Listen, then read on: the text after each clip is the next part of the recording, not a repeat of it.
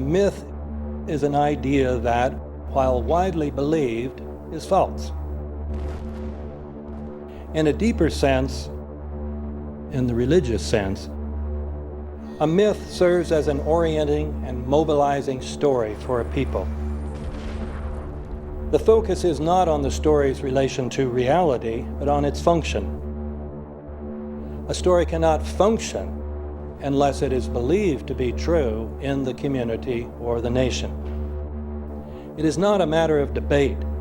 If some people have the bad taste to raise the question of the truth of the sacred story, the keepers of the faith do not enter into debate with them.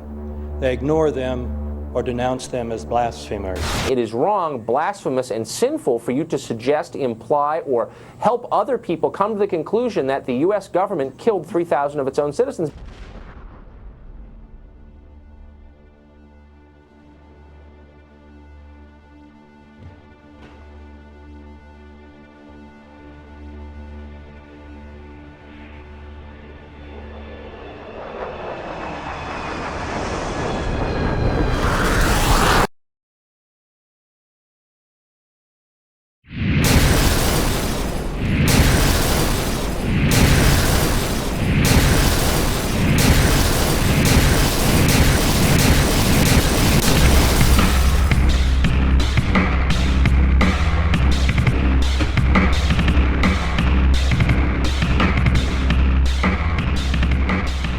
As if a demolition team set off when you see the old demolitions of these old buildings. It looks like one of those scenes of an old building being purposely dynamited and blown up. Anybody who's ever watched a building being demolished on purpose knows that if you're going to do this, you have to get at the under-infrastructure of a building and bring it down. The way the structure is collapsing, this was the result of something that was planned. It's not accidental that the first tower just happened to collapse and then the second tower just happened to collapse in exactly the same way. How they accomplished this, we don't know. The building collapsed to dust. You don't find a desk. You don't find a chair. You don't find a telephone, a computer. The biggest piece of a telephone I found was half of the keypad, and it was about this big. What happened to the concrete? The concrete was pulverized from river to river. There was dust powder 2-3 inches thick.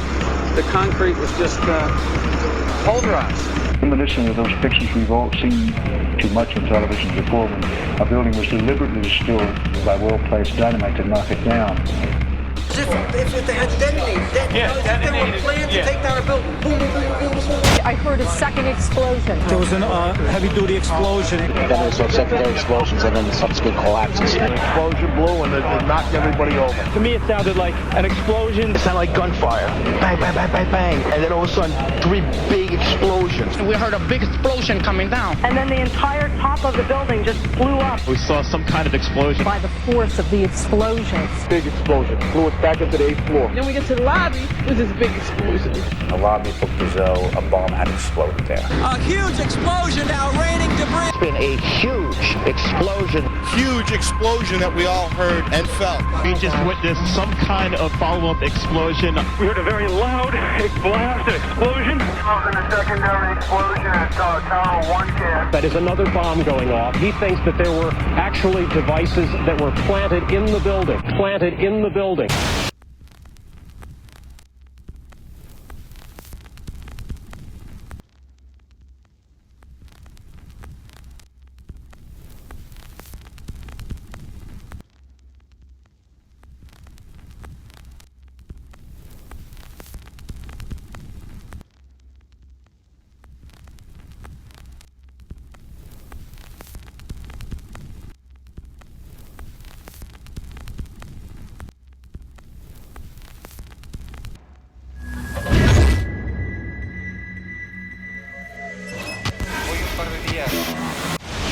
I don't think anybody could have predicted that they would try to use an airplane as a missile, a hijacked airplane as a missile. Nobody in our government, at least, and I don't think the prior government that could envision flying airplanes into buildings.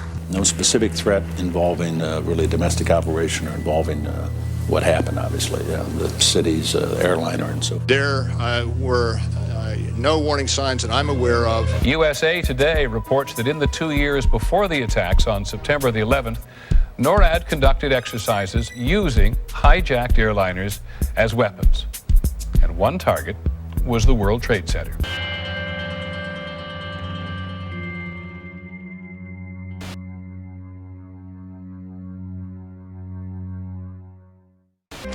In confidential documents from the Philippines obtained by CNN, the plan was clear. He will board any American commercial aircraft, control its cockpit, and dive it at the CIA headquarters. Other buildings targeted the Pentagon and the World Trade Center. Security and counterterrorism was blinking red, in the words of George Tenet, that the warnings of an imminent attack were so severe that something dramatic should have been done. It was unparalleled. Instead, our president went on a month-long vacation.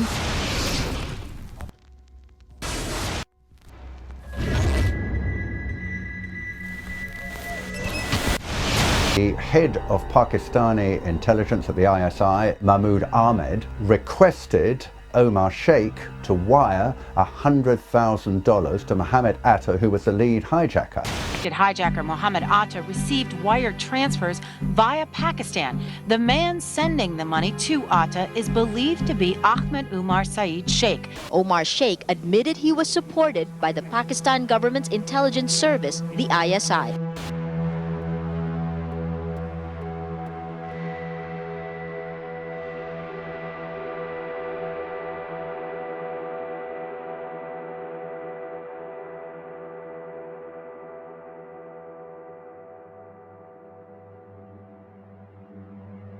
Although we are told that 4 or 5 of the alleged hijackers were on each of the flights. If so, their names should have been on the flight manifests. But the flight manifests that have been released contain neither the names of the alleged hijackers nor any Arab names whatsoever. We know that the men who were supposedly the hijackers had their houses, cars, credit cards paid for by the U.S. government. They were, in truth, agents. Evidence was also apparently planted. The passport of one of the hijackers on Flight 11 was allegedly found in the rubble. Goes through the fireball, through the side of the plane, and comes down the ground unscathed. But something happened. For 6 months, they reported they had this passport. Boy, we've got it. We've got the proof. And then the guy stood up and was alive. Several of these 19 men are still alive.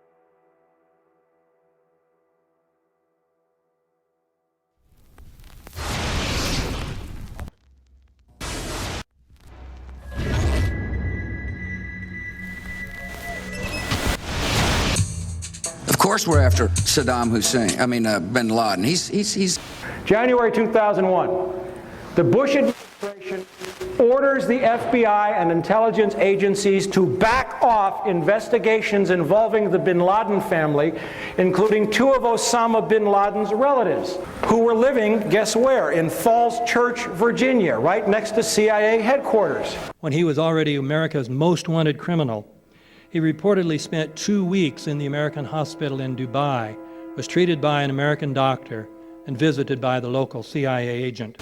We have not seen one piece of evidence that links Osama bin Laden directly to the planning stages of September 11th. This failure to provide proof was later said to be unnecessary because bin Laden, in a video allegedly found in Afghanistan, admitted responsibility for the attacks. This confession is now widely cited as proof. But the man in this video has darker skin, fuller cheeks, and a broader nose than the Osama bin Laden of all other videos. We again seem to have planted evidence. In 1976, Osama's older brother Salim bin Laden hired a man in Texas by the name of Jim Bath to handle all the investments in the United States for the bin Laden family. Jim Bath also happens to be a personal, almost lifelong friend and former Air National Guard pilot with George W. Bush. The connections between the Bushes and the bin Ladens become much more clear when George Herbert Walker Bush made trips to Saudi Arabia in 1998 and 2000 to meet with the bin Laden family on behalf of a company called the Carlyle Group.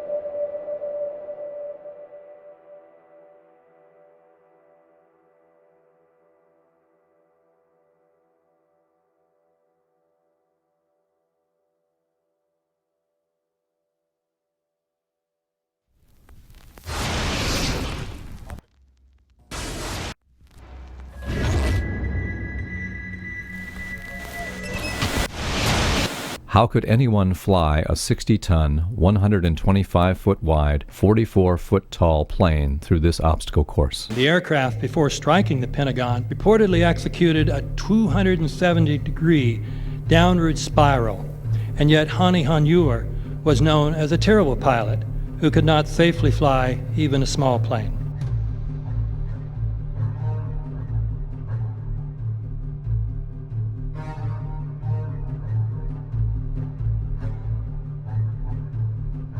No seats, no luggage, no bodies. Nothing but bricks and limestone. The official explanation is that the intense heat from the jet fuel vaporized the entire plane. Flight 77 had 2 Rolls-Royce engines made of steel and titanium alloy and weigh 6 tons each. It is scientifically impossible, but 12 tons of steel and titanium was vaporized by jet fuel. We're also told that the bodies were able to be identified either by their fingerprints or by the DNA. So what kind of fire can vaporize aluminum and tempered steel and yet leave human bodies intact? From my close-up inspection, there's no evidence of a plane having crashed anywhere near the Pentagon. And as I said, the only pieces left that you can see are small enough that you could pick up in your hand. Shortly after the strike, government agents picked up debris and carried it off. The entire lawn was covered with dirt and gravel, so that any remaining forensic evidence was literally covered up. The videos from security cameras, which would show what really hit the Pentagon, were immediately confiscated by agents of the FBI, and the Department of Justice has to this day refused to release them. If these videos would prove that the Pentagon was really hit by a 757, most of us would assume the government would release them.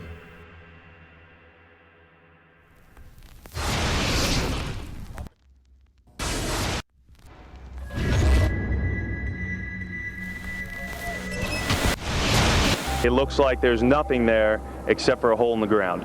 Basically, that's right. The only thing you could see from where we were was a big gouge in the earth and some broken trees. We could see some people walking around in the area, but from where we could see, there wasn't much left. Any large pieces of debris at all? No, there was nothing that you could distinguish that a plane had crashed there.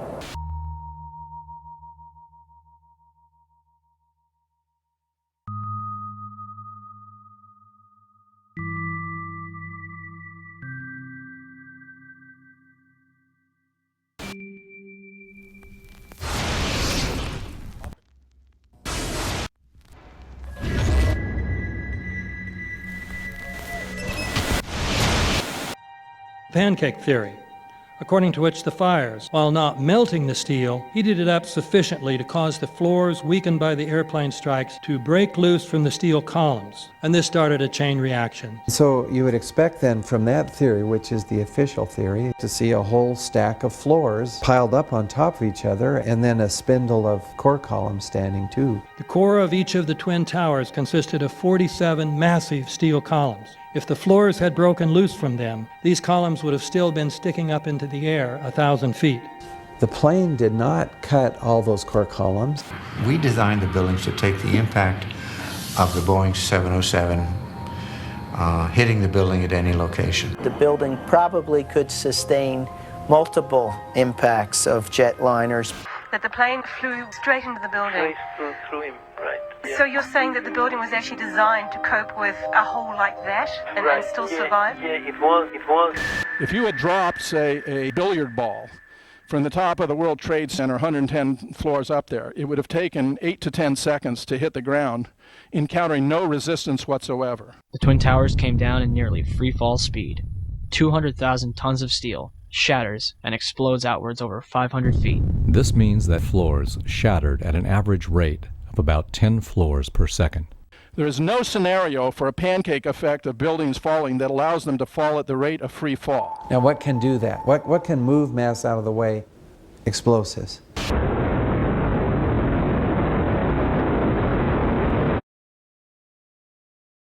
"47 huge steel columns going up the core, and they're interconnected.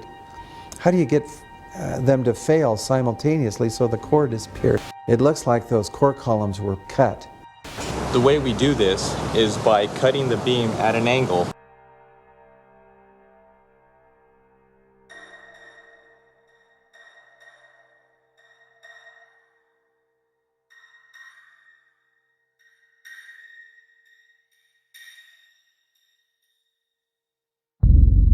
I started looking at the molten metal.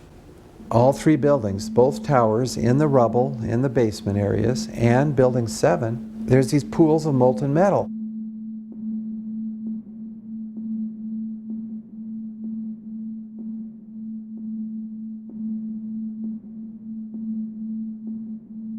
You'd get down below and you'd see molten steel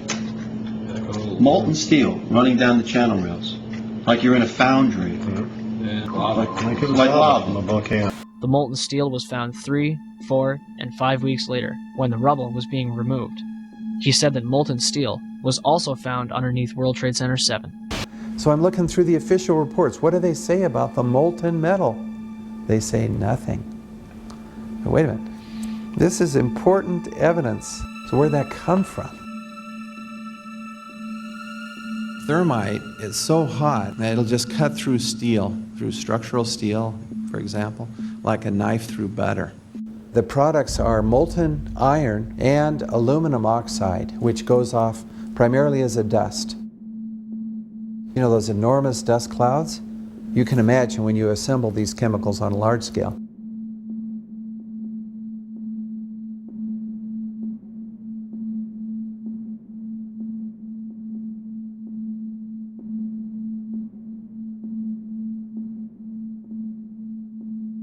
Molten metal pools under both towers after they collapsed, and Building 7. Now, Building 7 wasn't even hit by a jet. Part of the problem is that most people simply don't know much about Building 7 due to the extraordinary secrecy surrounding this collapse. And this was a 47-story skyscraper. This building fell at 5:25. It was not hit by a plane. This building had fires on only 2 or 3 floors. And it was brought down by what we know was a controlled demolition. Demolitions, they look just like that. You know, a kink in the middle, and then that building just comes straight down, almost at free fall speed. They first blow one of the central columns so the building falls in on itself. Building 7 had a classic crimp or wedge. Its central column was blown out first, so it didn't structurally damage buildings just a few feet away from it.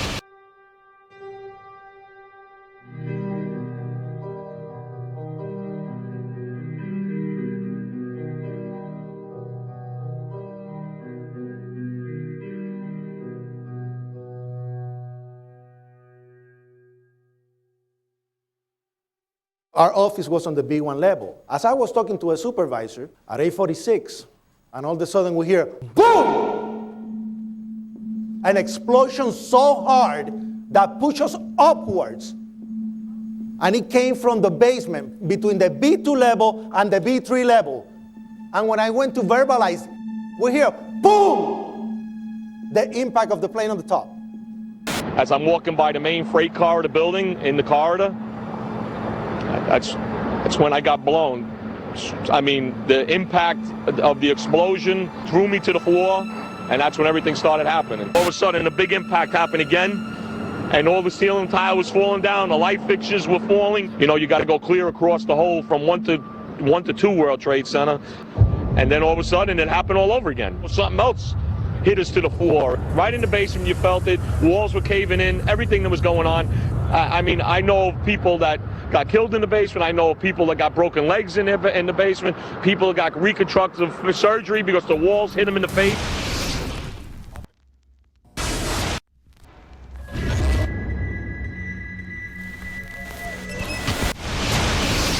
According to standard operating procedure, if an FAA flight controller notices anything that suggests a possible hijacking, the controller is to contact a superior. If the problem cannot be fixed within about a minute, the superior is to ask NORAD, the North American Aerospace Command, to send up or scramble jet fighters to find out what is going on. NORAD then issues the scramble order to the nearest Air Force base with fighters on alert.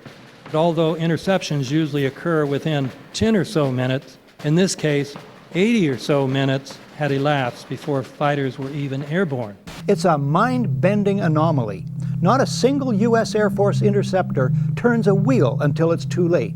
There are no jets at all. What if they were so confused and had been so deliberately confused that they couldn't respond? The reason that they didn't know where to go was because a number of conflicting and overlapping war game exercises were taking place. It involved the insertion of false radar blips onto radar screens in the Northeast Air Defense Sector. Lieutenant Team U, we have a problem here. We have a hijacked aircraft headed towards New York. We need someone to scramble some F-16s or something up there to help us out. Is this real world or exercise? Is this real world or exercise? There was another exercise, Vigilant Warrior, which was in fact, according to a NORAD source, a live-fly hijack drill being conducted at the same time. With only 8 available fighter aircraft, and they have to be dispatched in pairs, they were dealing with as many as 22 possible hijacks on the day of 9/11, and they couldn't separate the war game exercises from the actual hijacks.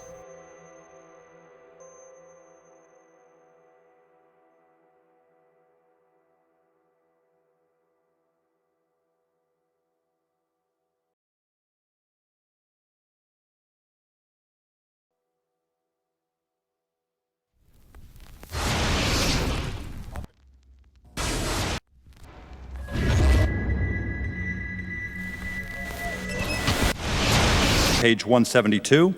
The U.S. government has not been able to determine the origin of the money used for the 9/11 attacks.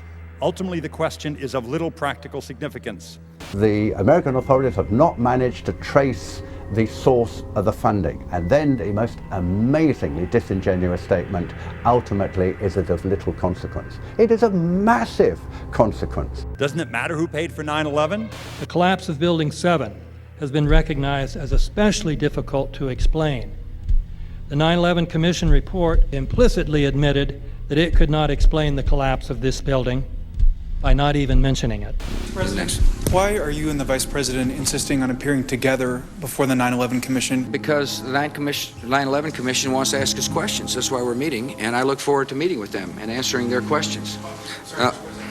Why you're appearing together rather than separately, which was their request? Because it's a good chance for both of us to answer questions that the 9/11 Commission is looking forward to asking us, and I'm looking forward to answering them. Let's see. Do you think they should be able to stand up and speak their own words? They should go under oath. They should be, yeah. In public.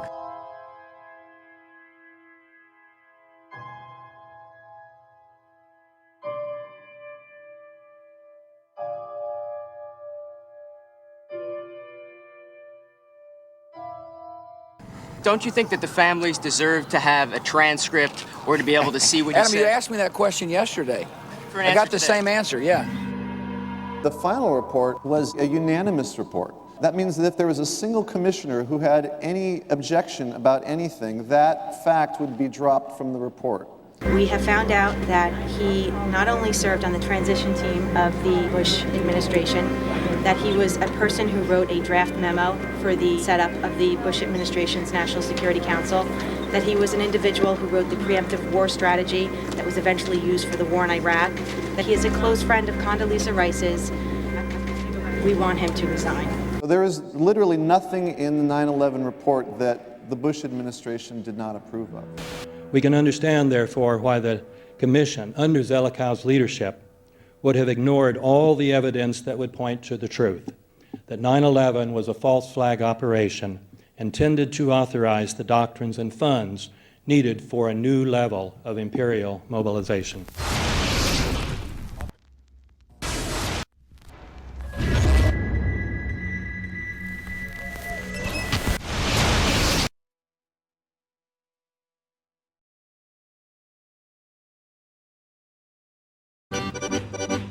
Armed with knives, armed with chemical, biological, nuclear weapons. Fanatics, terrorists, September 11th. September 11th, killers, September 11th, terrorists. Terrorists of Al-Qaeda, terrorists, nuclear weapons, terrorists. 9/11, terror, terrorist, evil. September 11th, September 11th. The terrorists, war and danger. September 11th, terrorism, global terrorism, terrorism, terrorists. Terrorists, terrorists, terrorists, terrorists, the terror. Terrorists, terrorists, terrorism. September 11th, global terrorism, terrorists. Terrorism. September 11th, world terrorism, terrorism. September 11th, global terrorism. September the 11th, terror. Weapons of mass destruction. September the 11th, September the 11th, terrorists. The evil terrorists. Terrorists, no. Terrorism. The words are hypnotically repeated. Terrorism, terrorist, terrorist threat, and of course, believed to be linked to Al-Qaeda. But it's the so-called war on terrorism that's in our faces practically 24/7 as the inescapable focus of our existence. One day, our grandchildren will look back on this time and ask, how was the war on terror won?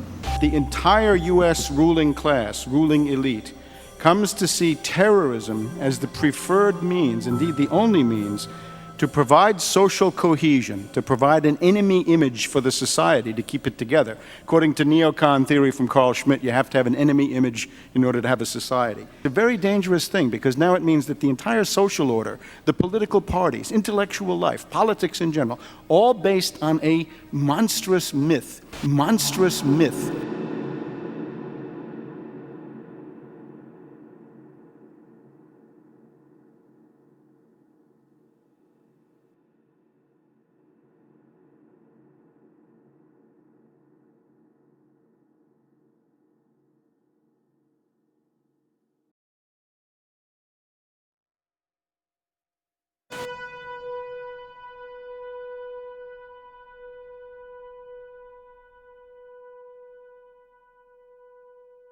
Look, the CIA has done in this country, what they've done to us is unbelievable.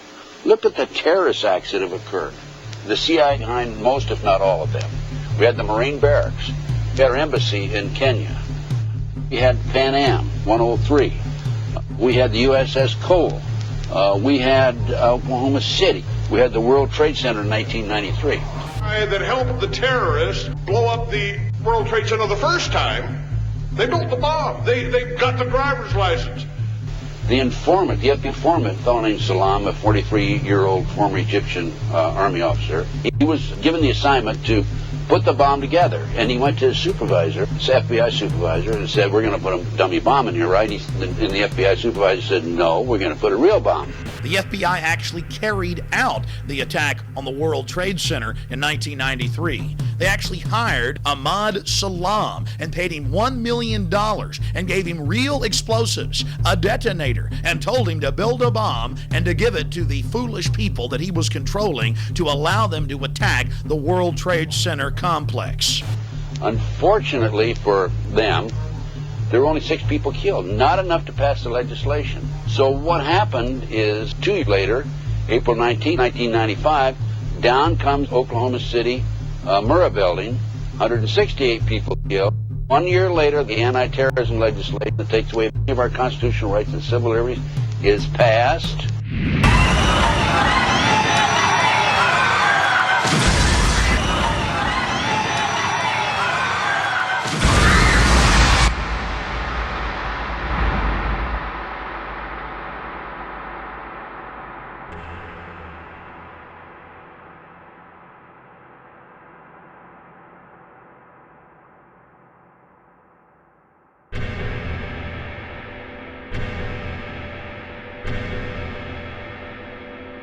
Because at 9:30 this morning, we were actually running an exercise for over a company of 1,000 people in London, based on simultaneous bombs going off precisely at the railway stations that happened this morning.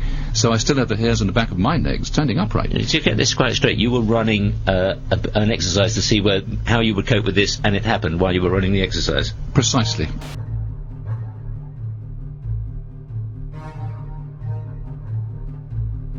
Supposed to believe is some kind of coincidence, there was also an anti-terrorist drill going on 7/7. And again, just like 9/11, they were talking about attacks on the same targets, the same kind of tube stations, and exactly the same time as the actual attack happened, providing some kind of cover for what must be operations orchestrated in some way by the state.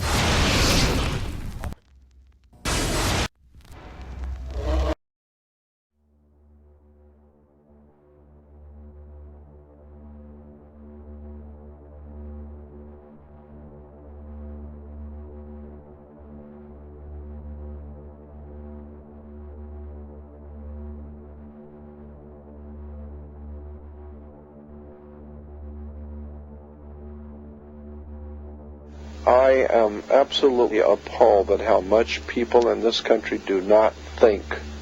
We are given to understand that an Arabic guy out there up in the mountains financed the most elaborate attack on this country. Do you think some people in a cave were able to have NORAD stand down? Do you think that people in a cave were able to have all of this happen? And when I think about how many Americans were killed in New York City, and believing as I do that this thing was a setup job, this is a textbook operation that Nazis used, and they've used it over and over again. America has been suckered in one more time. I don't have to tell you things are bad. Everybody knows things are bad. The dollar buys a nickel's worth. Banks are going bust. Shopkeepers keep a gun under the counter. Punks are running wild in the street, and there's nobody anywhere who seems to know what to do, and there's no end to it. We know the air is unfit to breathe, and our food is unfit to eat. We sit watching our TVs while some local newscaster tells us that today we had 15 homicides and 63 violent crimes, as if that's the way it's supposed to be. We know things are bad, worse than bad. They're crazy. It's like everything everywhere is going crazy, so we don't go out anymore. We sit in the house, and slowly the world we're living in is getting smaller, and all we say is, please, at least leave us alone in our living rooms. Let me have my toaster and my TV and my steel-belted radios, and I won't say anything. Just leave us alone. Well, I'm not going to leave you alone.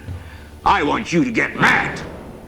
I don't want you to protest. I don't want you to riot. I don't want you to write to your congressmen because I wouldn't know what to tell you to write. I don't know what to do about the depression and the inflation and the Russians and the crime in the street. All I know is that first, you've got to get mad. You've got to say, I'm a human being. God damn it. My life has value.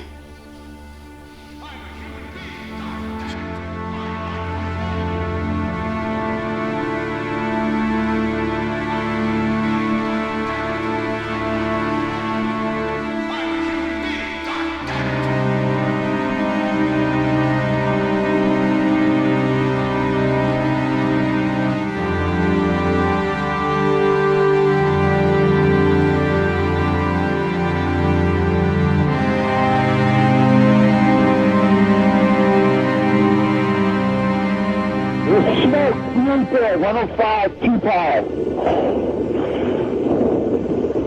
It's really there. It's black. It's iron. My wife thinks I'm all right. I called her and said I was leaving the building. I was fine, man. Bang. To 3 of us, 2 broken windows. Oh, God!